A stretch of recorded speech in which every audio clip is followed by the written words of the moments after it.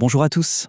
On entend beaucoup parler d'immigration, de droit d'asile, mais derrière les gros titres, il y a un parcours humain et administratif qui est souvent très complexe. C'est un système plein d'acronymes, d'étapes bien précises. Aujourd'hui, on va décortiquer tout ça ensemble. Le but, comprendre le plus clairement possible le chemin que parcourent celles et ceux qui demandent la protection de la France. Alors, pour que tout soit bien clair, voilà notre plan de route. On va commencer par la base, les définitions, pour être sûr de savoir de qui on parle. Ensuite, on regardera qui sont les acteurs de ce système, quelles sont les aides concrètes, puis on suivra le parcours type d'un demandeur, de son arrivée jusqu'à la décision finale. Et on terminera avec les grands enjeux d'aujourd'hui. C'est parti. On entend ces mots absolument partout, dans les médias, dans les débats, et bien souvent on a tendance à un peu tout mélanger. Pourtant, en réalité, ça n'a rien à voir. Chaque terme désigne un statut juridique bien différent, avec des droits et des obligations qui ne sont pas du tout les mêmes. C'est vraiment le point de départ pour comprendre quoi que ce soit. Alors, mettons ça au clair une bonne fois pour toutes. On commence avec le terme le plus général, le plus large, migrant. C'est tout simple. Un migrant, c'est une personne qui a changé de pays de résidence. Le mot en lui-même ne dit rien du tout sur les raisons de son départ, ni sur sa situation légale dans son nouveau pays. Là, attention, on devient beaucoup plus précis. Le demandeur d'asile, ce n'est plus juste quelqu'un qui a bougé, c'est une personne qui a fait une démarche officielle, administrative, pour demander une protection. Son statut est donc en cours d'examen, il est suspendu à la décision qui sera prise sur son cas. Et voici l'aboutissement quand la démarche réussit, le statut de réfugié. Ça, c'est une reconnaissance officielle. La personne obtient alors une protection de la France, des droits, un titre de séjour, bref, tout ce qu'il faut pour pouvoir commencer à construire une nouvelle vie ici. Et puis, bien sûr, il y a l'autre issue possible, le débouté. C'est une personne dont la demande a été refusée, même après avoir fait appel de la décision. À ce moment-là, sans autre motif pour rester, elle n'a plus le droit de séjourner sur le territoire. Ces 4 points, c'est un peu l'ADN de tout le système, sa philosophie. On voit bien qu'il ne s'agit pas juste de gérer des papiers. L'idée, c'est de mettre en place un accueil digne, de faire particulièrement attention aux plus fragiles et de penser dès le départ à la suite. Comment permettre à ces personnes de devenir autonomes ? Bon, maintenant que les définitions sont claires, la question c'est qui fait quoi concrètement ? Ce système, c'est une grosse machine assez complexe qui repose en fait sur 2 piliers. D'un côté, les services de l'État et de l'autre, un réseau d'associations hyper important. D'un côté, donc, on a les institutions, c'est l'État. C'est lui qui fixe les règles, qui gère les procédures officielles et qui, à la fin, prend les décisions. Et de l'autre côté, on a les associations. Elles sont sur le terrain, au contact direct des gens, pour les aider, les conseiller, les soutenir au quotidien. Les deux sont absolument essentiels et travaillent ensemble en permanence. Alors, du côté de l'État, comment ça marche ? Imaginez le parcours. La toute première porte d'entrée, c'est la préfecture, au fameux guichet unique, pour enregistrer officiellement sa demande. Juste après, c'est l'OFI qui prend le relais pour tout ce qui est matériel, l'hébergement, l'aide financière. Ensuite, on arrive au cœur du réacteur, l'OFPA. C'est cet organisme qui va étudier le dossier en profondeur, recevoir la personne en entretien et prendre la décision. Et si la décision est négative, le dernier recours, c'est la CNDA, une cour de justice spécialisée. Et du côté des associations, on retrouve des noms que tout le monde connaît. Leur rôle est juste vital. Elles vont là où l'administration ne peut pas toujours aller. L'aide d'urgence, le soutien psychologique, l'aide pour préparer un dossier juridique qui peut être très compliqué, ou tout simplement l'écoute. Sans leur travail sur le terrain, tout le système aurait beaucoup de mal à fonctionner.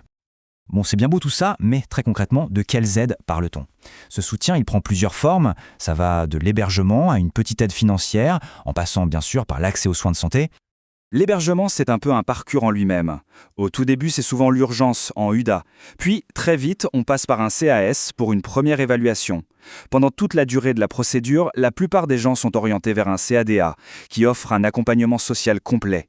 Et une fois le statut de réfugié obtenu, le CPH sert de tremplin, le temps de pouvoir trouver un logement autonome. Et là, attention, c'est un point super important, les droits ne sont pas du tout les mêmes selon le statut. L'ADA, par exemple, c'est une allocation qui est réservée aux demandeurs d'asile.